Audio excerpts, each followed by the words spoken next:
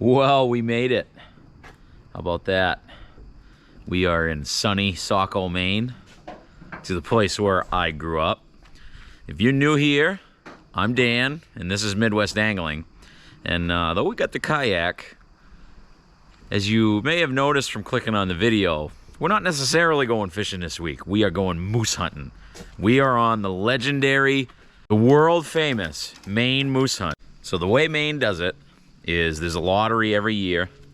They have so many permits that they give out, and my father just so happened to pull a tag.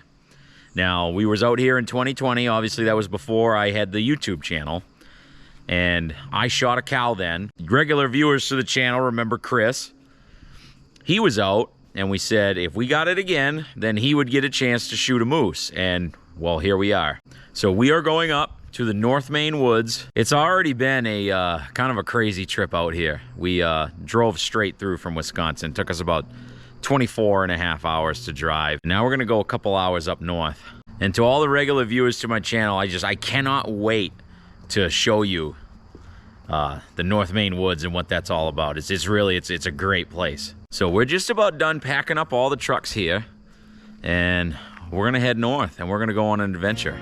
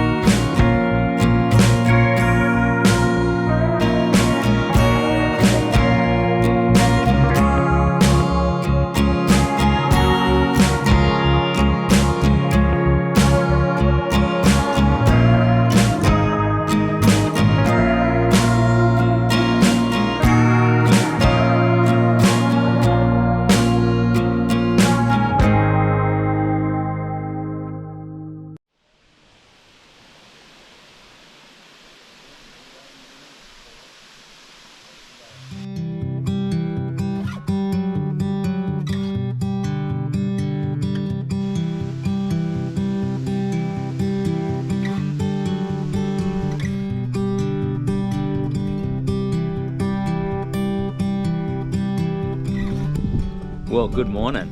Although I guess it's kind of like lunchtime at this point. Yeah, we started documenting the trip up here, and unfortunately it just got dark too fast.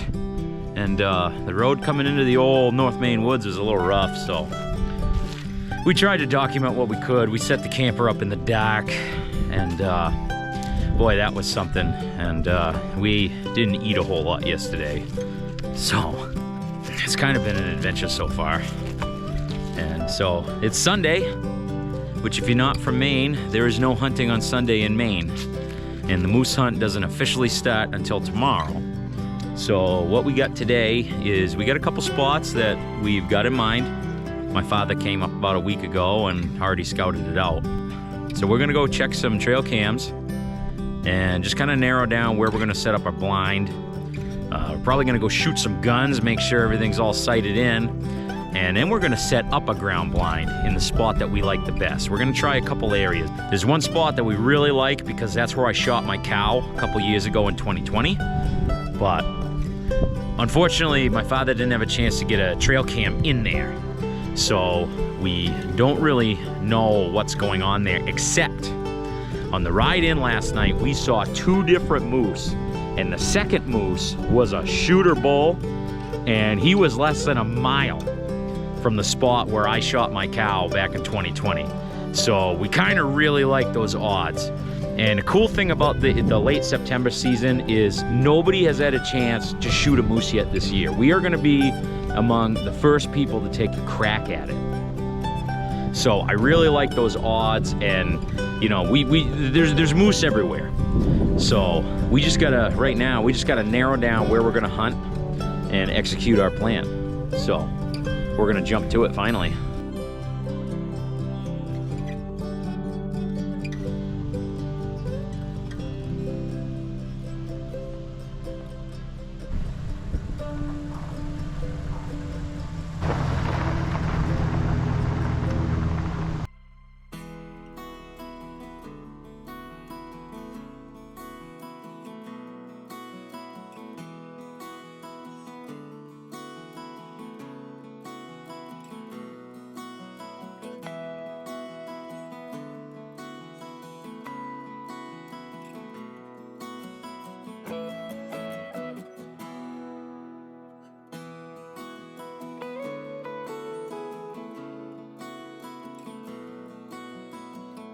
Why don't you explain to the folks back home what that's for?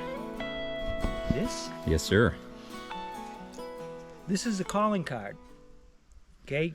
This is an actual moose antler. This is a drop. I found it in the woods in northern Maine. I kept it as a souvenir, but it's also a very valuable tool for what we're doing. They have the ceramic ones and they sound okay, but this is the real thing. It's authentic.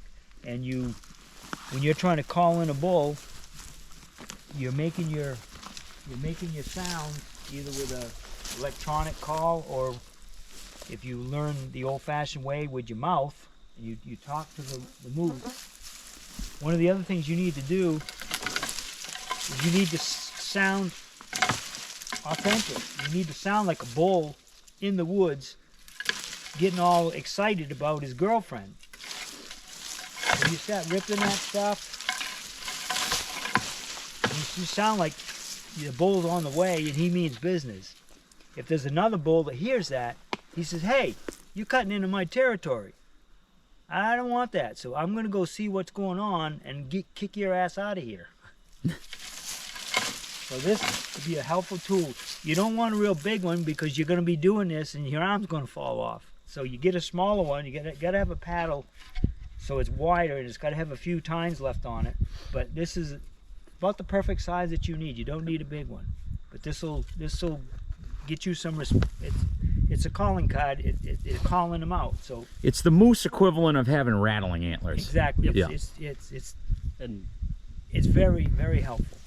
Or you could use scapula, like we found in camp. Yeah. Yes. But the thing is, you know, you can if you don't have a drop antler, you can make do with other things that you find. But at the end of the day, nothing is going to make the exact sound like an actual antler. Exactly. I've seen a lot of good things about like wooden paddles. Like people carry wooden paddles out. and do the same thing. It, Break the trees. at a long distance, you get away with that, but you know, as that moose gets closer, they know what they sound like, you know. So you may draw them in to some extent with an artificial one, but when he gets close enough, if he hears something that doesn't sound right, he's going left, not right. That's fake.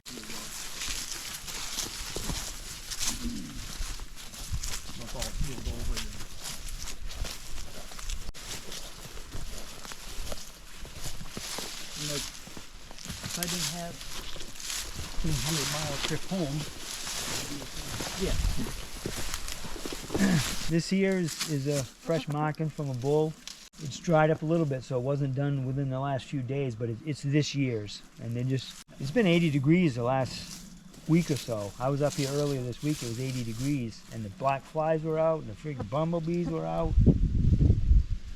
But now, talking with the local wardens, they are starting to see sign where they're coming up and marking things, and they're starting to rough things up. So we're close. We're within a few days of showtime.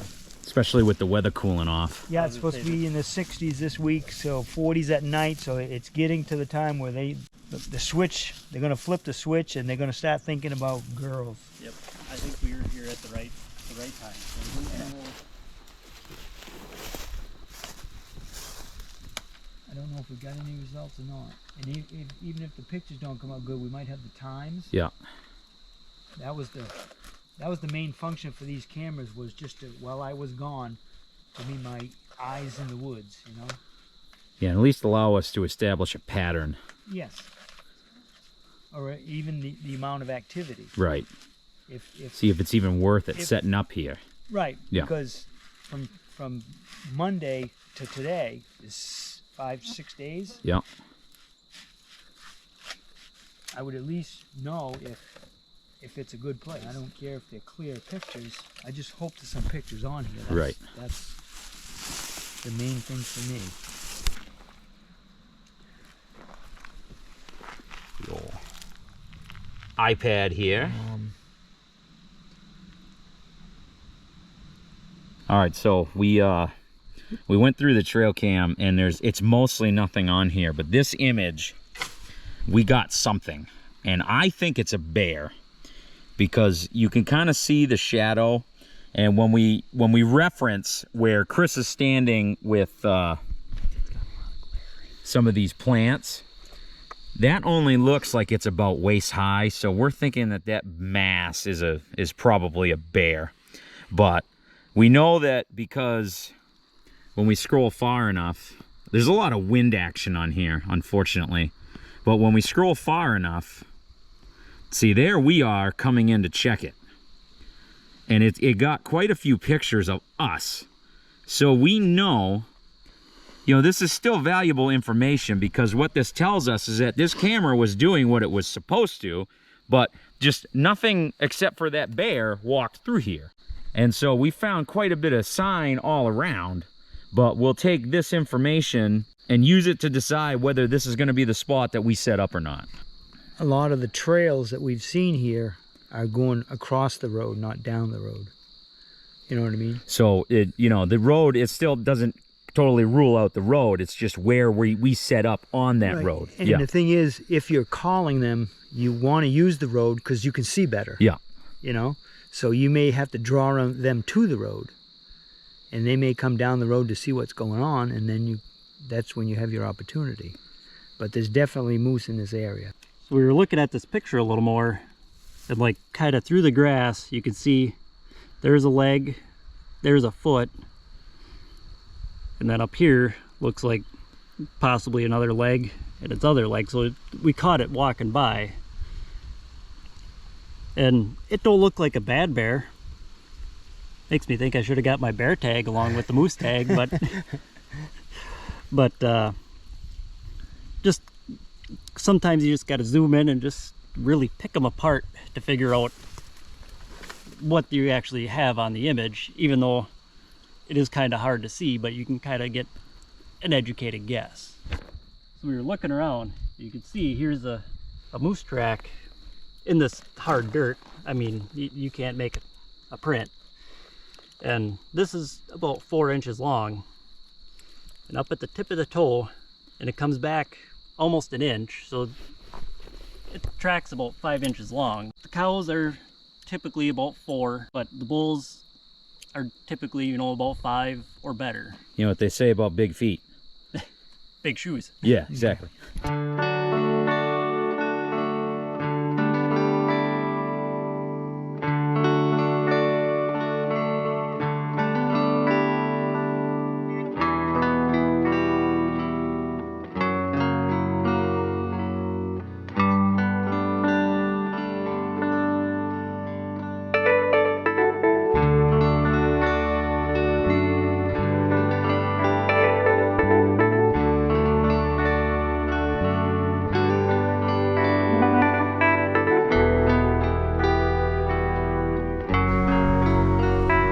So we're probably not gonna hunt here, but this is the spot where we camped on the 2020 moose hunt.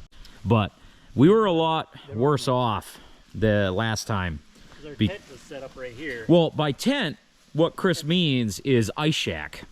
Like, looking at it, it's like a little hollow. That's why it was so wet in the bottom and I couldn't sleep on the floor. Yeah, we decided to bring my ice shack for shelter last time. An ice shack is windproof, but it ain't waterproof. Yeah, and that's what we learned, because it rained real bad, and all our bedding was wet. And that's when we decided ice shacks aren't great tents. So we're just kind of, you know, taking a stroll down memory lane. But I just thought it'd be cool to share with the folks back home the history at this site.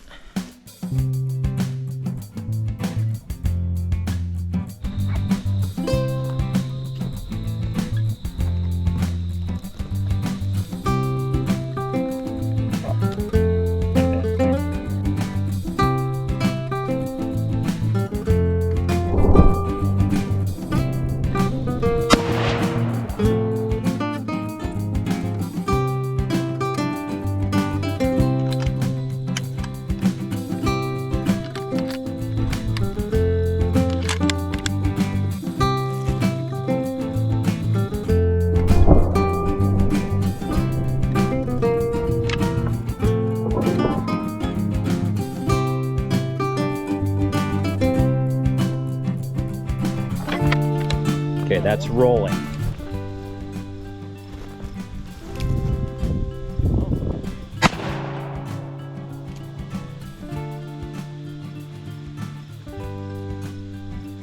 That's not. Really?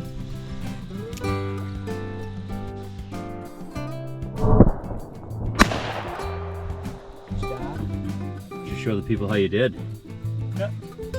So good on elevation. Just off that yonder right away. But they're all grouped in the same. So even the one that missed the target was accounted for. Like I missed over here and struck a pine tree. It was a pretty impressive cut through the pine tree. yeah. But You didn't have much to a couple look more at. I could chop it down.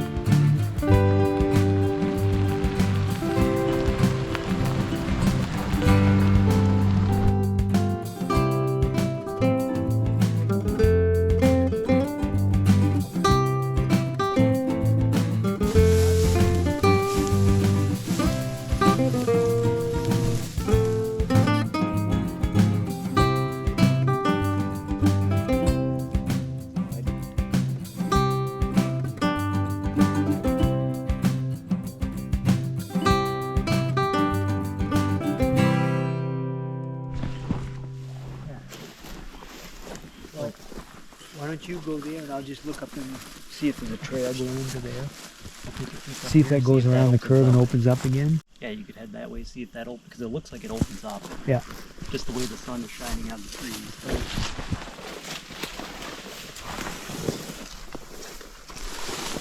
Look at this. You'd be able to get nice long shots, but Yeah. that there would be short windows. There weren't any scrapes on the trees, but there was tracks. I mean, it's a pretty good run right down. This is an old skidder trail, but it goes right through. It's like maples and stuff, and it's all shaded, and the ground is soft, but they were fresh tracks right along that road. They're back and forth, and it drops down when you go off that side of the road. So it's an area where they come through, either to come out into here or go down to that little stream down there. That's what I was thinking. It obviously drops down towards the stream. Yeah. There's moose in here, and it's fresh. It's fresh track. There were several beds right in this little meadow. We're kind of looking at spots here. If we do set up here, we got this nice low brush for cover. Not too much from that direction, but we can see them as soon as they come out. From here, you can see pretty much right to where the alders start, where you can't see through anyway. Right. Nice and open. And as soon as they come out, we'll have it shot. And then up here, you can see right down the guts of that trail. Yeah. So like as soon as they come out of that thick stuff, bang. And then that's the trail where you got that big ass track. Yeah. Yeah. And It's going towards, there's a stream that runs down here, and that's where we got the moose in 2020. Yep. And this is all downhill. Everything slopes down. Yep. When you look through the tree, you can see the sky. But it's not because it's logged off, it's because it's It drops. downhill. It's perfect. It's what you're looking for is high ground into low ground. Yep. Like this Where there's spot water. is just like, has good feelings. Yeah. All right, Nice let's go check the other side. I'll put the drone up, and You want to squirt a little bit? yes. Think Why that'd don't be we a good idea? one in each corner? Yeah. Yeah. So we're putting out our estrus, I guess. Cow in heat, black widow, moose lure. So we're putting it up high, so the wind will hopefully carry it a little further than if you put it down low. You just a couple of Yeah. squirts and look at that, we already got a moose calling back. You need a breath mint.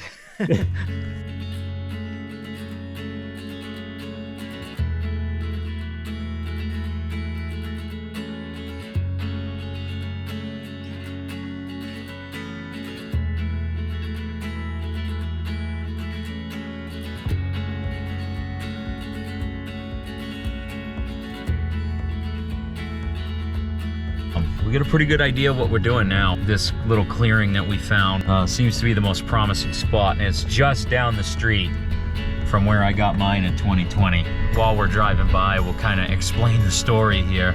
But basically, as you've seen on the drone footage, there is a whole network of skidder trails that lead back here to this opening that we're gonna set up our ground blind. Unfortunately, we don't have time to do it tonight. We're gonna start off with just a real basic one, even if we even didn't put any blind material out.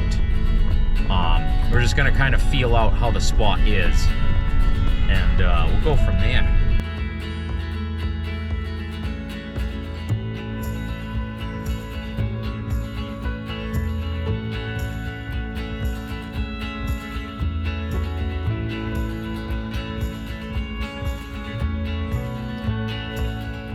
This is the spot, and this is the main road. We were flying down from that yonder direction, and old Christopher here just so happens to look out the back window, and there's a cow standing right there, right in that spot. Now, 4 years ago, there was a lot more water in here, and these alders weren't nearly as grown up as much as they are now. They're probably like 10 yards back. We're coming from that direction, and it was right about here where Chris spotted it. And so I locked the brakes up, and we jumped out. Eating the back of his seat. And the whole week, when I would go to load my Weatherby, there would be, the bullet didn't want to catch by the bolt. And so the bolt would slide right over it. And in the heat of the moment, I completely forgot about it. So I stuck the bullets in and racked the gun, and I pulled up on her, and all I heard was click. And then I looked at my father with just like, and he's looking at me like, what the hell are you doing? And I snapped out of it, and I racked that bolt back, and I pulled up and I fired, and I saw her buck, but she started running, and my father took a pot shot through the alders here, but we didn't know what the hell's going on. And of course, I mean, it was like right at last light. So everybody's driving down this main road, getting to where they're trying to go. And everybody's stopping, saying, what happened? Oh, we shot a moose, shot a moose.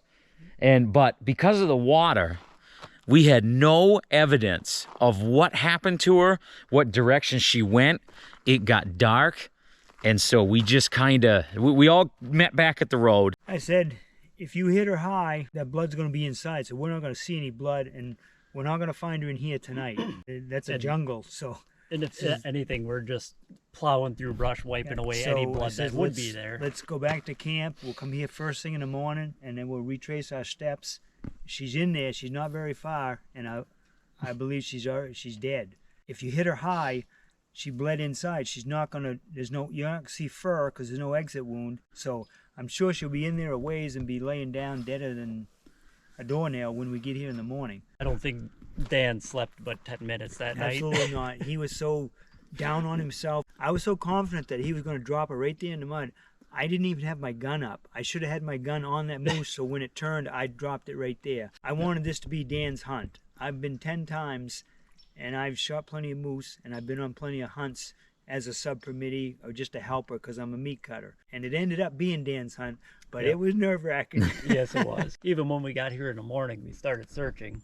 Like, you could see where she was in the mud, you know, the stirred up water. Dan was up on the road, kind of guiding us. There's a skitter trail over my, where the hell am I? Over my shoulder, just on the other side of this stand of trees on the other side of the beaver pond. Where the road rises. So I pulled the truck up over there. We had my white Malibu that sadly, it's still alive, but I don't own it anymore, with Wisconsin plates, was parked right along the road here, and that'll come into the story later. So I walked up on the skitter trail, and what I was doing was I was seeing if she crossed in that direction. So I was looking for blood, looking for any trails. Well, all of a sudden they start hooting and hollering. There's that brook that will show up on the drone footage from before, and they found that and followed it.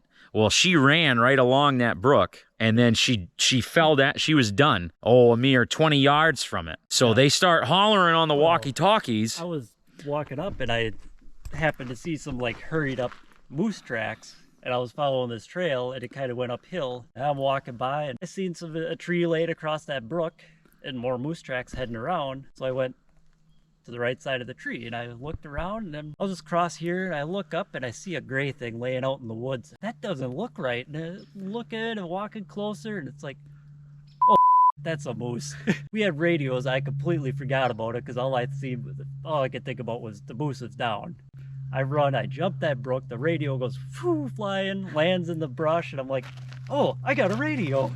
I pick it up, I call over, like, there's a dead moose. All I heard was moose down. Yep. And all I heard back was, you better not be effing with me. I went right in through here to where Dan shot at it to see if I missed blood in the dark, you know. So I got on the trail, and I could see where she ran right back where she came in. There was a good trail right back into that swamp, and I actually followed it right to her bed. She was bedded down that afternoon, and it was cold that morning, and there was a mound of her droppings, and when I kicked it over, the steam came out of it. So she ran right back by her bed, and she was about 40 yards from that bed where Chris found her. So then where I come into this, I was on that road, and then they're telling me moose is down, moose is down. Well, I just so happened to be standing where there was a skitter trail that ran across. And so I started following it, and they started hollering so I could hear about where they were at. There's just mounds and mounds of moose droppings and trail and tracks like a super highway. And it led me right to where she was laying down and they were at. We didn't even realize what was here until we got in the woods and seen it there. And that's what brings us here today. But probably the kicker to this story is that we find this moose, and we're getting ready to take pictures, and we hear a noise behind us, and there's somebody walking out towards us. And I looked. I could tell based on the green of the shirt underneath the blaze orange vest that was a Maine game warden of North Woods Law fame. Sure enough, he walks right up to us as Warden Bob. Yeah. He comes right out to us. He sees the moose, says congratulations. He checked our permit. He checked the guns, made sure that they were unloaded, because that's the first thing you do when you drop one, is you unload those guns, because they want to make sure that you're not going to see a better one, because that happens and people get greedy. So we walked out with him, and then he told us that the reason that he walked in there is because there was a little white Malibu parked in the middle of the North Maine Woods with Wisconsin plates on it. And that car looked like it had no reason to be here. And then he heard hooting and hollering in the woods, and so he thought, oh, these guys are probably starving to death and they're in trouble. Yeah. So now we've done our scouting, and so we're gonna get back to camp. We're gonna get a nice meal, and then we're gonna probably get to bed.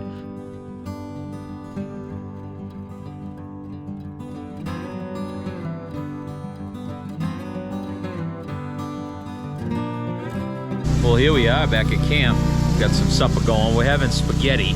For the meat, we got some ground elk. Now, don't get too excited. This ain't no wild shot elk. This is, you know, the good old farm-raised stuff. But, yeah, why not kick off a moose hunt with a little elk spaghetti? Why not?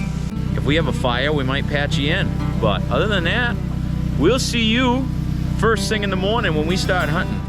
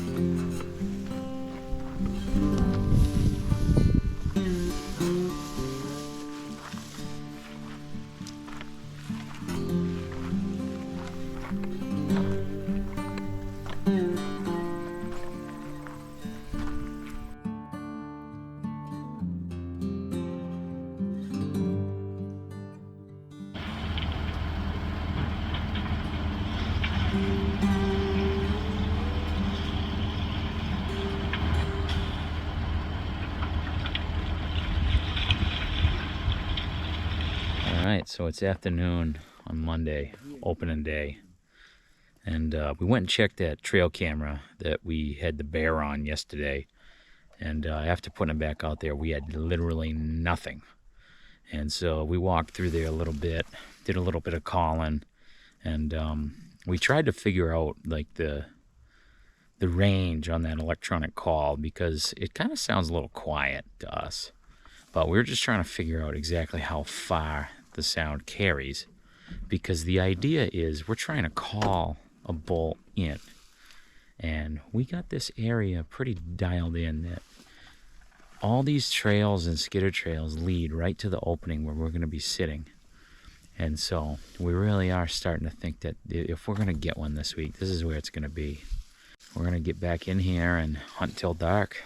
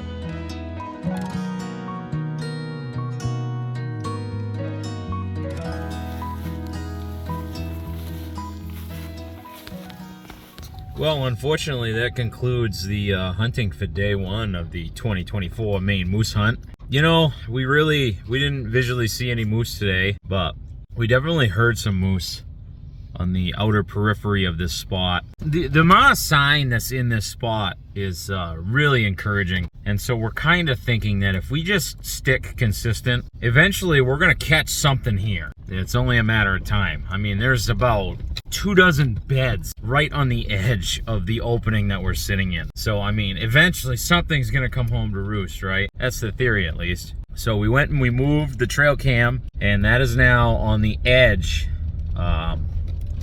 looking straight to the left from where we're sitting on the trail that comes through that skidder trail. So if anything comes out through there in the middle of the night, we'll see it. But for right now, we're gonna get back to camp and get some supper.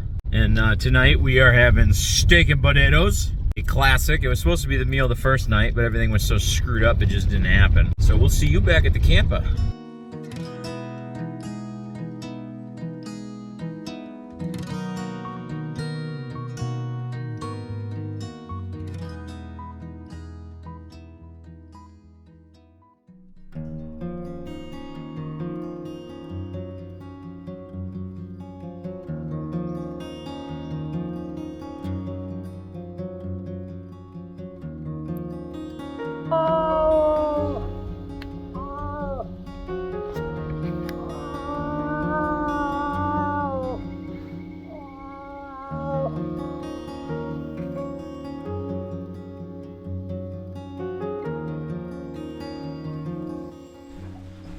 We sat this morning.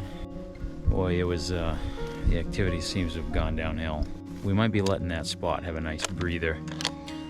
And so we are gonna start walking down the trail that I walked down when we got my cow in 2020. And we're just gonna see what kind of sign is on the ground over here. So this is on the other side of this little area. This is the trail that we have to work with.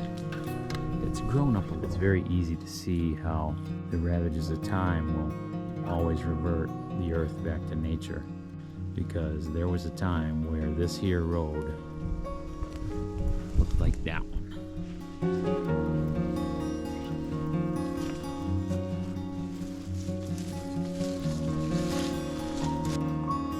Boy, we haven't even walked in here very far, and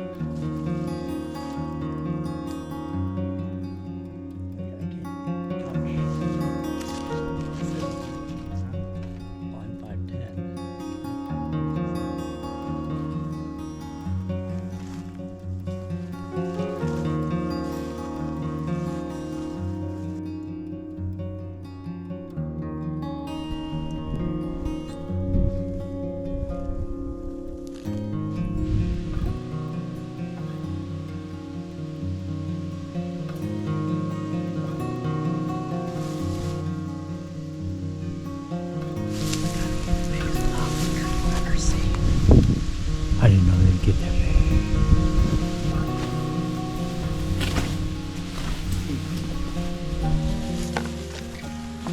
Doesn't matter how far you are in the woods, there's always going to be garbage. You know, it really rubs me the wrong way, because I don't live here anymore. So I don't get to enjoy these wonderful woods. And to think that people just, they don't have any respect. Really makes a guy mad.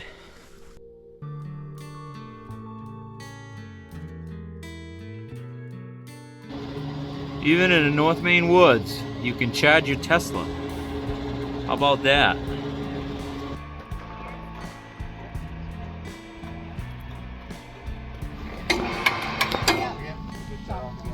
was at 7-Eleven last night. Let's hope that we are next.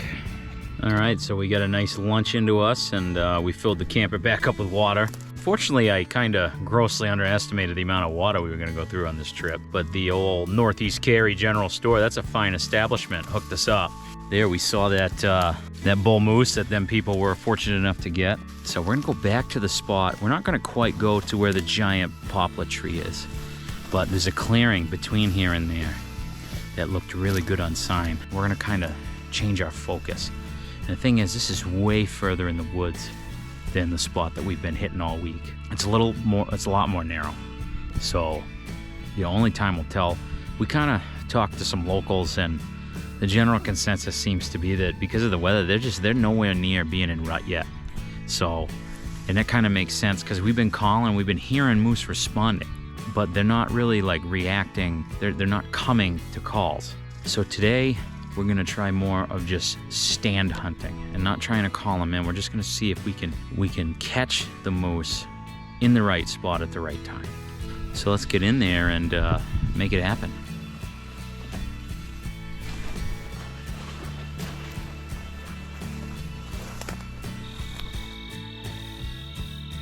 Thinking about where our potential next blind is gonna be. But just for some perspective, that is how tall that poplar tree is. It is unbelievably tall. Because that is way further back than all these trees in the foreground.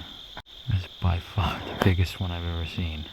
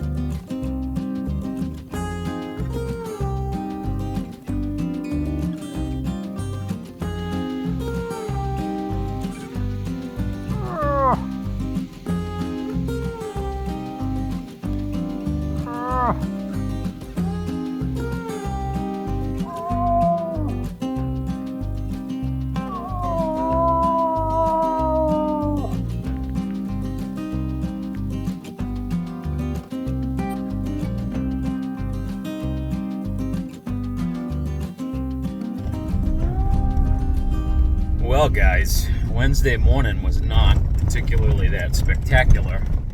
At least today, Chris thought he heard one grunt with his special super hearing aid things. The live scope of hunting, as we've been joking. And now this whole trip, I've had a kayak and fishing gear waiting at camp, but I've been trying to really focus on filming this here moose hunt. But at this point, we have used up nearly half of our hunting time, and we have not seen a moose. So from my perspective, I need to try and save this video. I don't know how well this will do if we don't get a moose. Now, I'm not sure on the exact statistic, but I know that a large number of moose permits that are drawn don't actually get filled. So it's very likely that we might not walk out of here with a moose. So just in case, my father and Chris are gonna go beat some trail and are gonna try and do some calling and raking and all that. I'll try to find one that might be bedded down and wake him up out of his slumber. And in the meantime, just for a couple hours here, I'm gonna go fish the lake that we are technically camped on. Now, I've never fished this lake, obviously. But according to Mr. Joe Holland, YouTuber, ice cream empire owner extraordinaire, he says this lake's pretty decent. So if I don't catch anything, I'm gonna come pillage your wares, Joe. This lake allegedly has brook trout and salmon, but according to the state sheet, they're not in good numbers because there is a significant population of yellow and white perch. You know, one of Maine's claims to fame in the fishing world is that it's one of the last places where you can still get native brook trout in lakes. A lot of places in North America where they were native, they've been kicked out by other species that have been introduced kind of before we really understood how fragile fisheries were. And fortunately, Maine is just so desolate in places that a lot of the lakes just never got overrun by other species. I doubt we are going to catch a brook trout. So I've got a bunch of walleye tackle. That's basically what I brought, because there is some carryover on things that will work for trout, things that'll work for walleyes. We're basically going to fish with crawlers. And so let's see if in a couple hours I can at least have some success in fishing.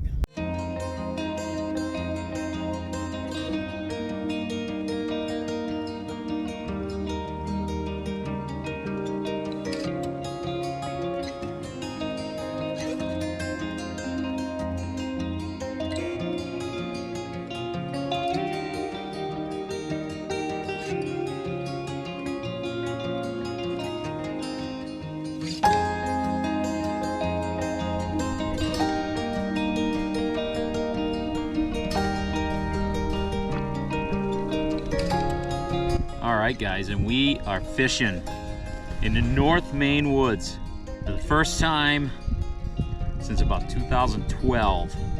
That was the time that I left Maine and moved to Wisconsin, and every time I've been back since, it's been to go on moose hunts.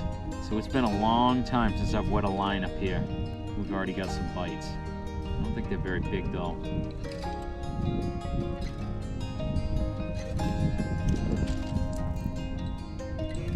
Of course, I don't have any polarized sunglasses, so I can't even see what these are. I'm assuming these are yellow perch.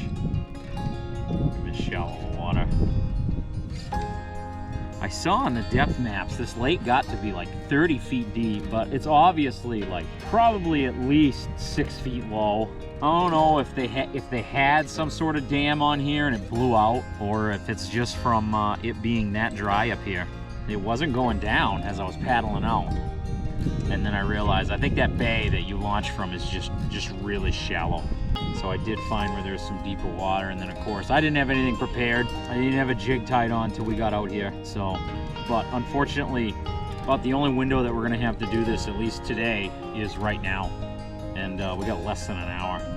So we gotta hustle. I was in such a hurry. I forgot to grab the windsocks for the cameras. So if the audio is unbearable, I totally apologize. But I already got my legs soaked because I'm in a hurry. I'm not being careful, and where you take off from is a pretty steep drop. And of course, this is going to be the time when Chris and my father shoot the moose when I'm not there to film it. So that would be, that would just be par for the course. I really just wouldn't be surprised if that was the case. But if that happened, I would be happy because at least we'd have a moose. I'm not gonna lie, it's getting hard to stay positive. And I want to catch a white perch. That is the goal. I want to get a white perch. That's something that's considered an invasive species in Wisconsin. So not only are they rare, but you're supposed to kill one if you catch it. So I'd like to get one of those in the boat. It's been over a decade since I've caught one. So that would be really cool.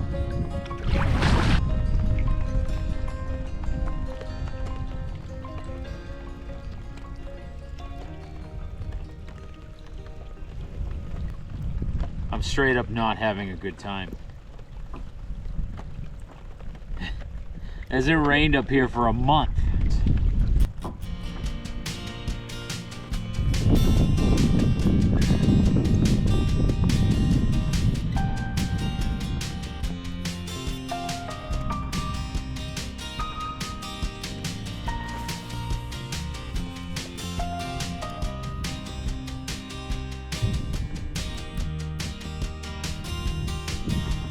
There we go. Oh, that's a good fish.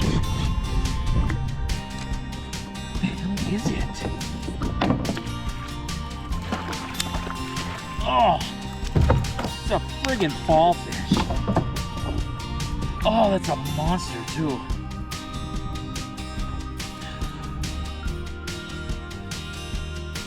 Wow, I think that's the biggest one I've ever caught.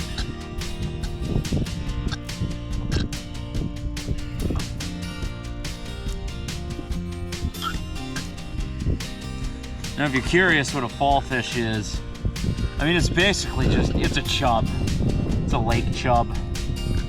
And they get fairly dieseled in size. And there she be. That is what's bothering me. I wish it was a actual trout or a yellow perch, but I guess it's better than catching nothing.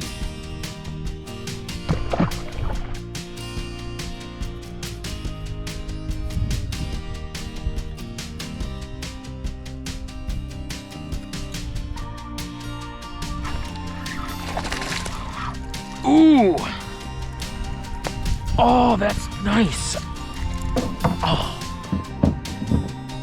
Oh my God, that's a diesel yellow perch. Wow. Hey, that's actually worth coming out here for. Oh.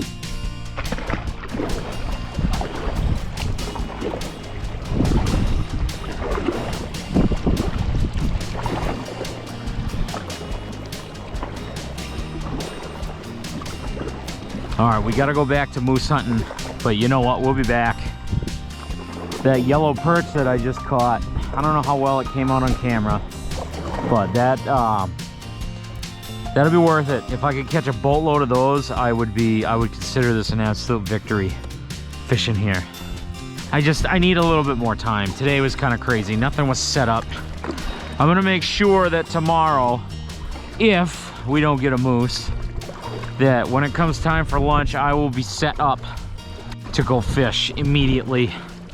Rip roaring, ready to go, no nonsense.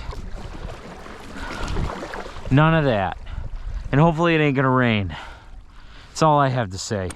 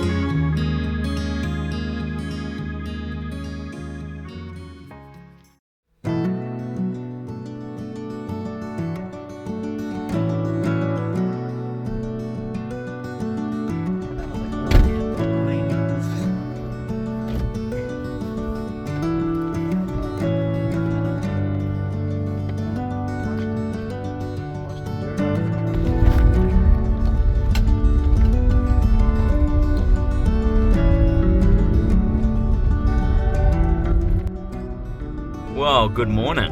It's Thursday morning, so we are officially into the back half of the moose hunt. It rained last night, it poured, and it's still kind of raining now. So we're kind of adjusting what we're doing. We're kind of truck hunting this morning, see how the weather plays out. Because if we try to go beat the bush right now, we're just gonna get soaked. There ain't a whole lot that's gonna do for us, so we're just kind of out checking some new spots and seeing. We already seen a moose this morning. It was a big cow. We get a bull tag, obviously, and she did not hang around the road long. It was on the main road, but we're hoping that's a good sign. They're out moving around. They wouldn't have been able to see very well last night, so hopefully it's getting light out, so they're gonna start moving around, and we might have a chance to drop one right in the road. That'd be convenient, huh?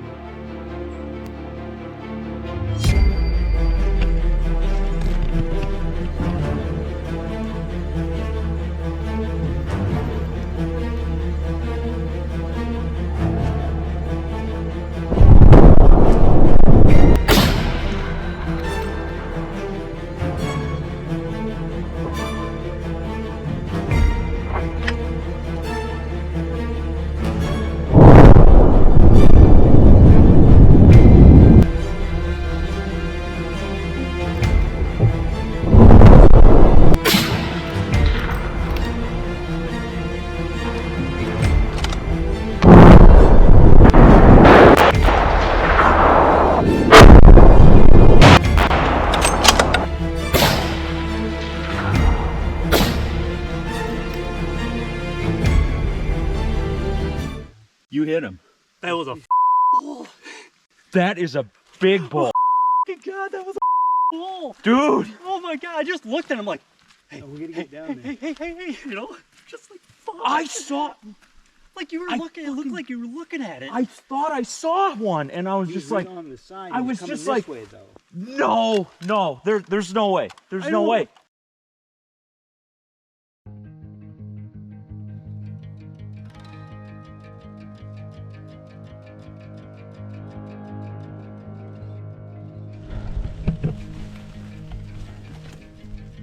Here we got some blood from the moose we just shot at.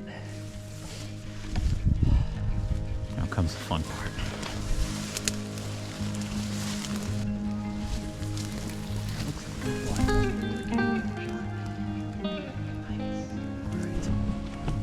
Oh yeah. There's chunks. Yeah, he ain't too far. No. Look at that. There's chunks. He's done. Guess we have to go to the store today. And I ain't gonna get back to go fishing. Oh, I'm fine with that. Sorry I ruined your fishing. Little tip, toilet paper is biodegradable, so we can mark our trail and not have to worry about pollutant.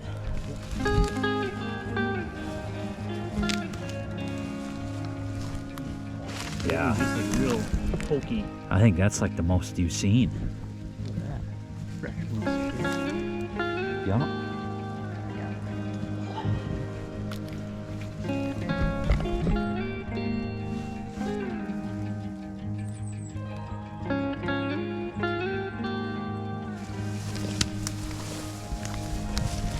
Where it was basically gone when you... Yeah. Like, you can still kind of see the staining. Yeah. All right, so I guess I haven't been pushing the stop record button for a lot of this. Yeah. Do we just want to explain what's going on? Do what I don't. To at least get back to last blood. Well, guys, we are several hundred yards in, and the rain is just... We're pretty sure it washed away all semblance of a blood trail. We're just not having a good time. We were pretty excited for a minute, and now it's just turning into an absolute nightmare. So we're gonna regroup, go back to the truck, and if we gotta spend the rest of our time out here trying to find this animal, then I guess so be it. But we will we're just gonna go maybe get dry and figure something out. Then you can see dust come off his shoulder. And when he turns, he drags it with. That's why I'm confident that's definitely a hit. That one's behind a bush. Can't see that one. So that could have been a hit. You can still see his head. And he comes out. There's a shoulder shot. He limps and turns. I think that was a clean miss. And that was where we hit him in the gut. And he disappeared. Yeah, we're just trying to go over the footage, and we believe that we have mortally wounded the animal. It's a matter of finding him now. The trail goes cold.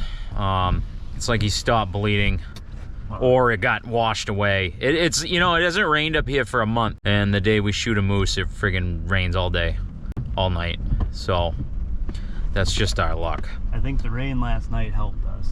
Yes, certainly, it certainly helped us, but today it's hurting us. Yep. It is making this task. The Lord giveth, the Lord taketh away. Yep. Like they say, careful what you wish for. It is making this task exponentially more difficult. So we're gonna regroup and get some lunch and see what our options are. And we'll bring you along for the ride.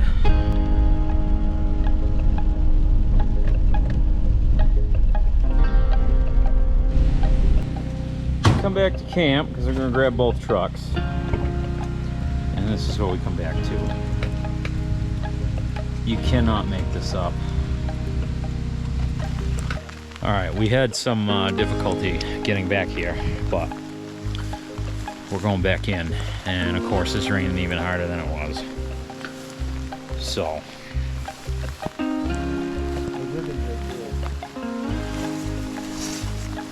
It's time to get back in here and find this moose. You know, after reviewing the footage, it's very obvious that it is mortally wounded. And so we just need to figure out where he made it before he gave up the ghost. So back in we go.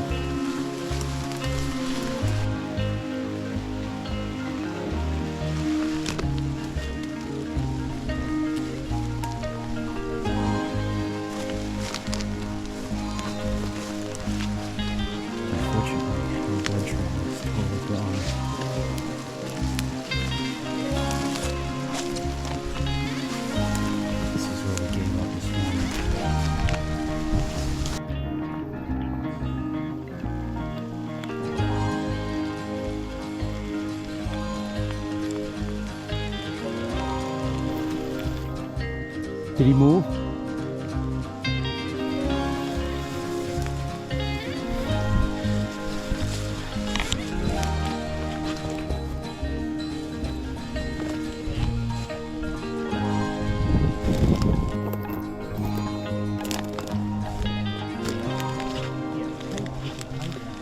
Okay, what the hell happened? Laying right there. I saw him. Laying right up here. So I said, Chris, he's right here. He's still alive. I came around the corner. I pressed D, which is now starting to hurt. And then, like, I shouldn't have yelled. I'm sorry. yeah, but like he got up, and I was like, I pulled my gun up, and like, if y'all would have been able to get on him like instantly, I would have had a good shot. I went down and plugged my ears. So what's the prognosis? We ain't going any further today. We'll let him lay down. We're gonna mark this. Let's tuck into the spruce, get out of the rain, kinda catch a breather, mark the spot, let him sit for 20 minutes. Yeah, Right now we should have fresh blood. When he got up, what did you, like, I'm just how saying, did he act? Like, did he act like he's die? He wasn't real quick. I mean, he wasn't slow, but I thought he was dead. I saw the antler.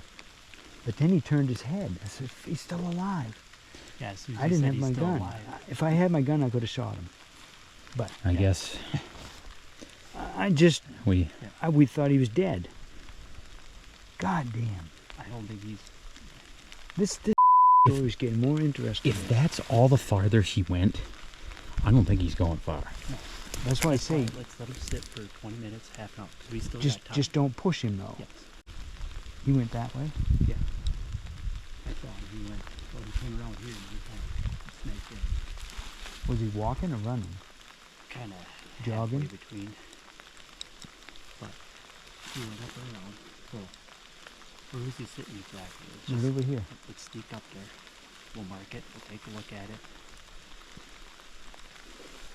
I was there. He was right about in here somewhere. I came screaming around this But corner. no, it's still good news because we got him. He's still here, and he's a hurting hound. So we're just gonna camp out here for a bit, and we're already wet, so it doesn't really matter at this point. So we're gonna get this old boy. Don't you worry. If we don't get him tonight, we'll get him tomorrow. We're not leaving here without him.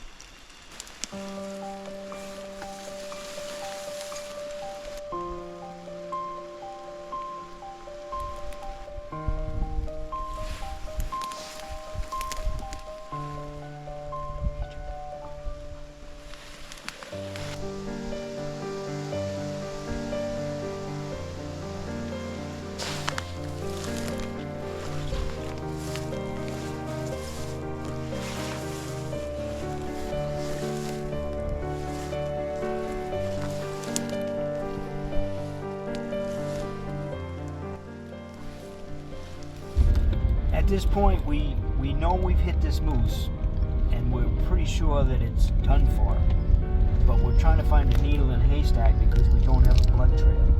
So we're gonna regroup. We're gonna go back, and we're gonna do the grid technique. We're gonna just go to the last spot where we had blood, and we're just gonna make small adventures, circles or grids. We're gonna comb that area to see if, it could be over the next bush, We're gonna, to the best of our ability, find that moose. If we can't, then unfortunately we've lost that moose.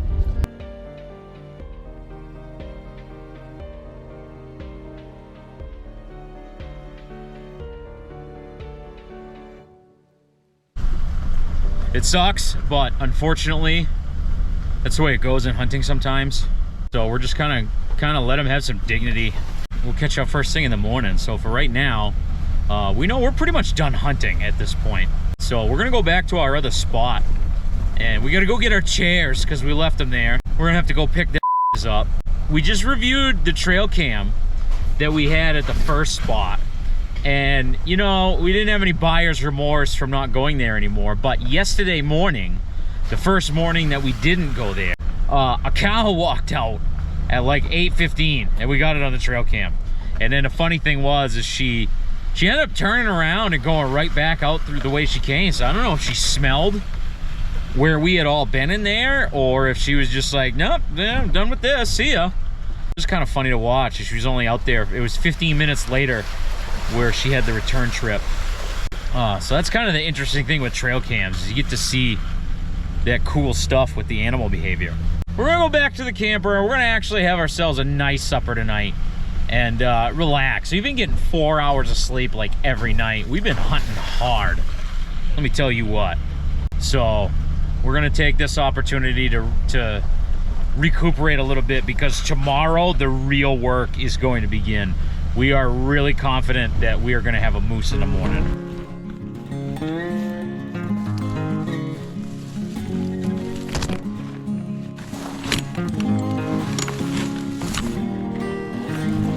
Got the chairs. All right, we got our chairs. We're going to say sayonara to this spot until the next moose hunt, maybe.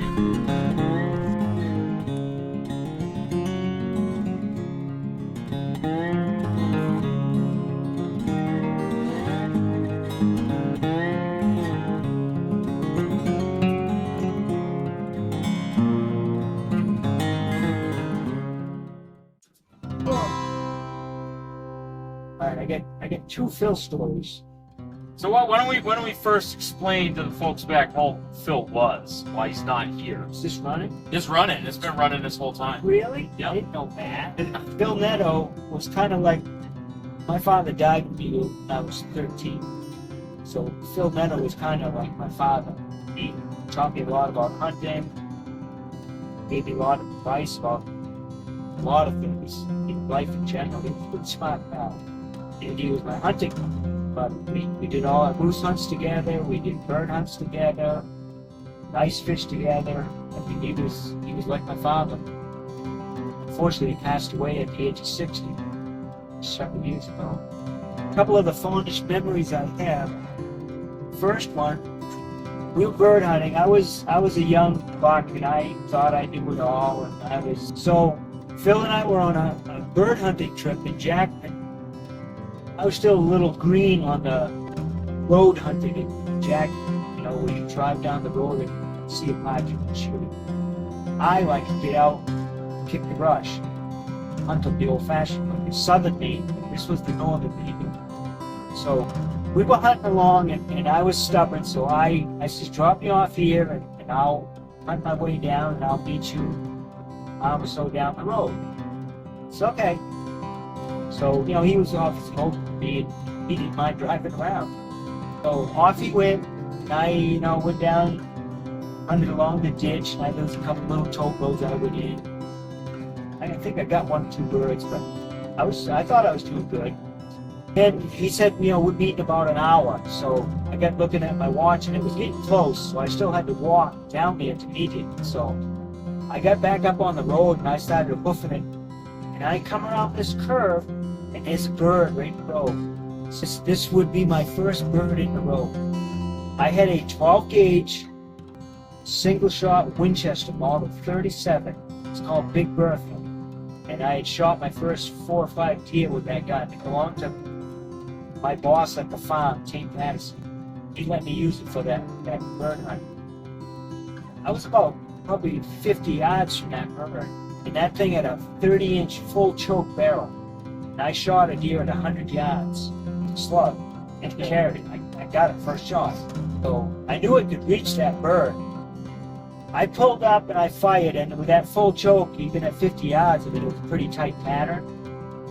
And I sprayed that thing. You could see the dust fly. And that bird was still sitting there.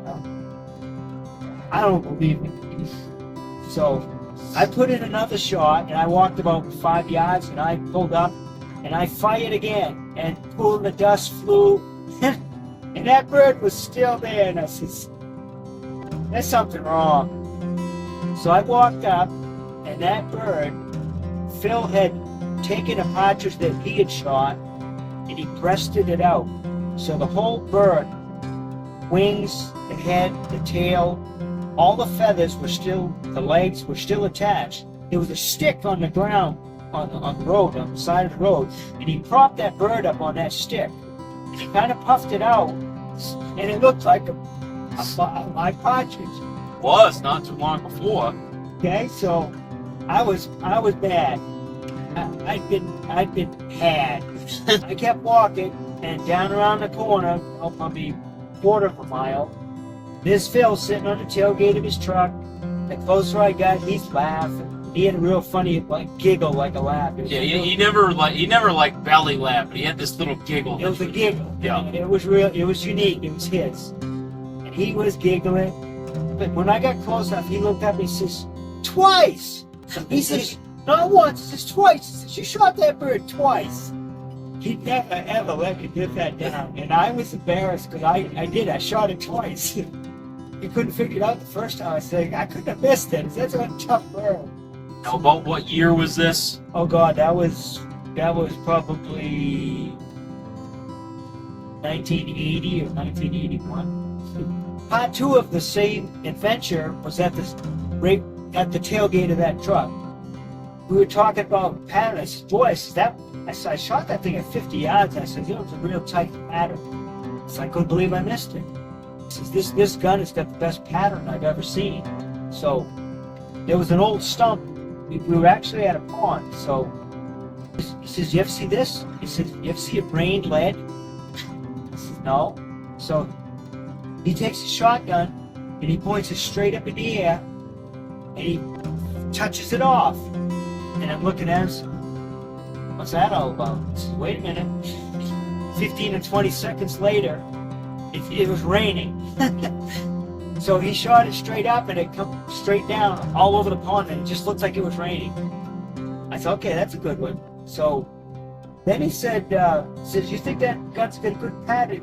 Show it to me. So there was a stump on the side of the pond, birch stump. Went back like, probably 25 to 30 yards. Drawed a bead on that and I fired. Birch bark flew off of it, and it was a pretty tight pattern. And I did it at an angle. He said, do it at an angle against the water. We'll see how many went on the sides. So, there was a few on each side that sprayed it. And that was a 12 gauge, number 6s. So, Phil always hunted with a 20 gauge. He says, you don't need a 12 gauge to shoot birds. Shoot them in the head. So he pulls out this old 20 gauge, puts a shell in it, and he fires at that stump. This is a 20 gauge, and that stump blows up. And I just was beside myself. I was so embarrassed. I says, my big 12 gauge, peppered it, but he blew it apart.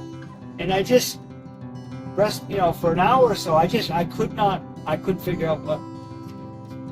So he didn't say much about it. Then down the road, he started to giggle. And I said, what'd you do now? He handed me the casing of the bullet and he shot that move. And it said 20 gauge slug. So he slipped that in there without me seeing it. We were bird hunting, so I wouldn't have thought he had a slug. He had one in the door handle. He stuck that in without me noticing. And he fired it off, blew that stump apart, blew a pretty good chunk out of it. Then I said, boy, that's a tight pattern. But it was 20 gauge. But it still puzzled me. I just couldn't figure it out. And that's what it was. It was a slug. He got me twice in an hour. Those are my fondest memories of Phil Mann. God rest his soul. He's up there watching over us. All these moose hunts. Well, the 2020 moose hunt was a circus. You kind of think about Phil was the kind of guy that liked to play pranks. I could just imagine with how that worked out. We've already told the story on this video so far that, he's sitting there and he's laughing. When we came back here today, after shooting the moose and not being able to find it, and that tire was flat. That, to me, that was Phil. That was Phil playing a trick on us. We were pressed for time to get back there and try to find that thing before dark. It started to rain again. We had a flat tire. Jack was too tall, so I had to jack the truck up with one jack in order to get the good jack underneath the frame. Then my wheel wrench wasn't big enough, so luckily Chris had a bigger one, a little bit better leverage. Brought a cordless impact, that didn't work.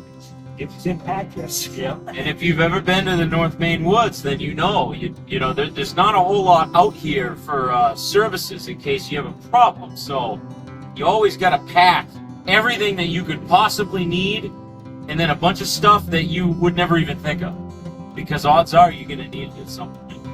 And you're the only one getting you out of the situation. Yeah. I mean, it's Thursday today. So tomorrow's Friday, and technically Saturday's the last day of the hunt. So we were running low on supplies. So we're just hoping that we get out there tomorrow and we have a moose laying down on the ground. We're going full board. We're getting that thing tomorrow, or we're going to be packed out of here and cutting up some meat. That's when the work begins tomorrow. Yup. Because we never do it the easy way. In 2020, Dan shot that moose right beside the road. So that moose ran 482 feet into the woods. They never run out of the woods, they run into the woods. Yeah. This moose today shot it right in the road. We hit it 3 times. At least three At times. least 3 You times. reviewed the footage. It still went in the woods. It just goes to show how tough those animals are. They are tough. You can't make. You can't. We're here to put it on YouTube for everybody to see. That's why we do. We love it. So It never gets old. no. This is my 11th hunt, and it never gets old. Every single one is a different story. Yeah. I think we're gonna call it a night. We will see you in the morning.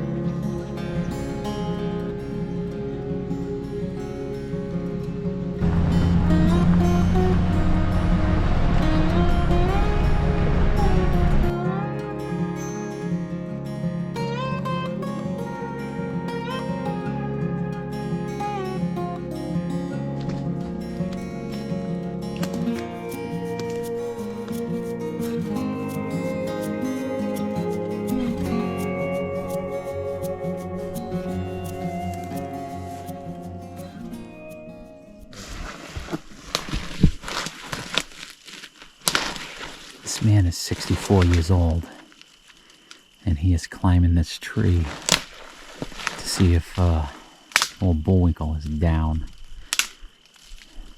We're having a hard time out here.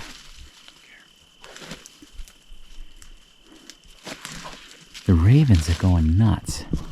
So we're wondering if they're going moose, moose, moose.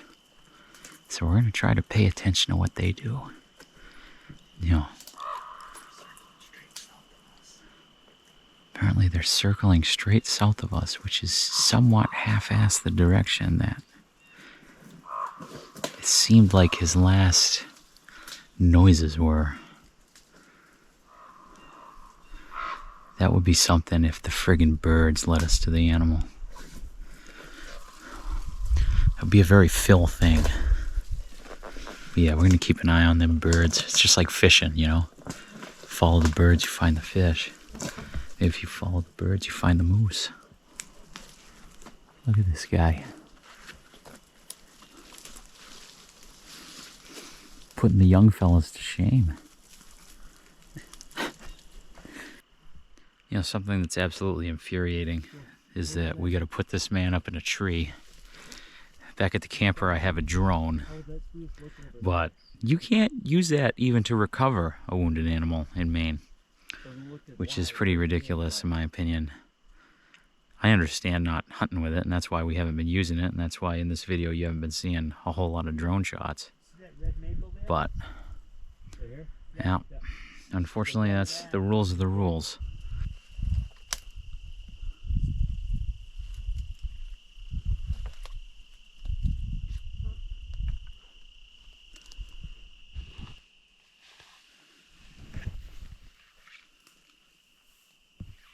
Kind of regrouping here. We're basically just doing grid search on search and rescue mission type stuff.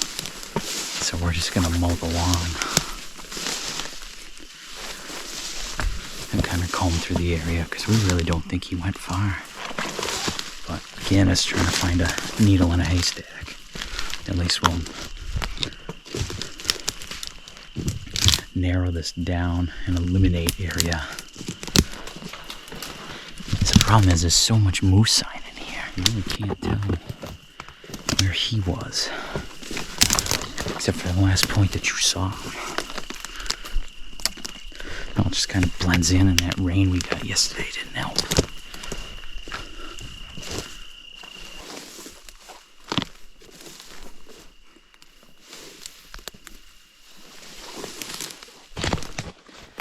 Alright guys, we're gonna regroup, going back out to the road. We've kind of done all the turf, well, we've done most of it that makes sense, and we're kind of thinking back and thinking that maybe we should have just kept pushing yesterday, at least because we knew we had him, because we don't know if he got up and started walking. It's just a wild goose chase at this point. So we're gonna go down to a local store, which is a tagging station, and we're gonna see if they know anybody with tracking dogs that we can hire to get in here. It's a long shot, but Check on the drone laws. yeah, we're gonna double check on the drone laws, because I mean it's so infuriating having literally the best tool for the job and not being able to use it.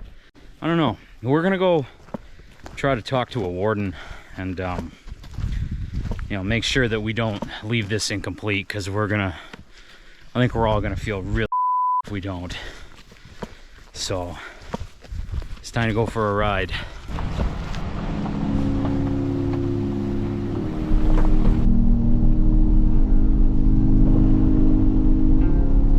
Alright, so we're back out here. My father has not found him, but he says he found something.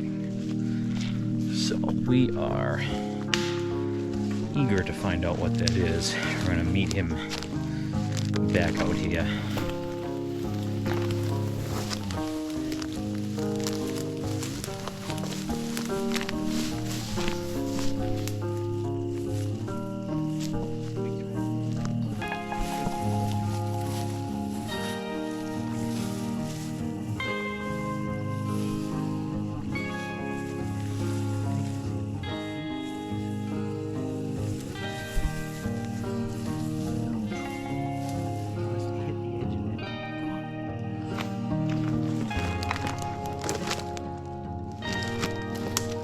There's not a single thing that could have been done differently on this hunt that we didn't discuss at length the whole way back to Wisconsin. We spent the rest of that day grid searching the area, the same way rescuers would comb the countryside searching for a lost child.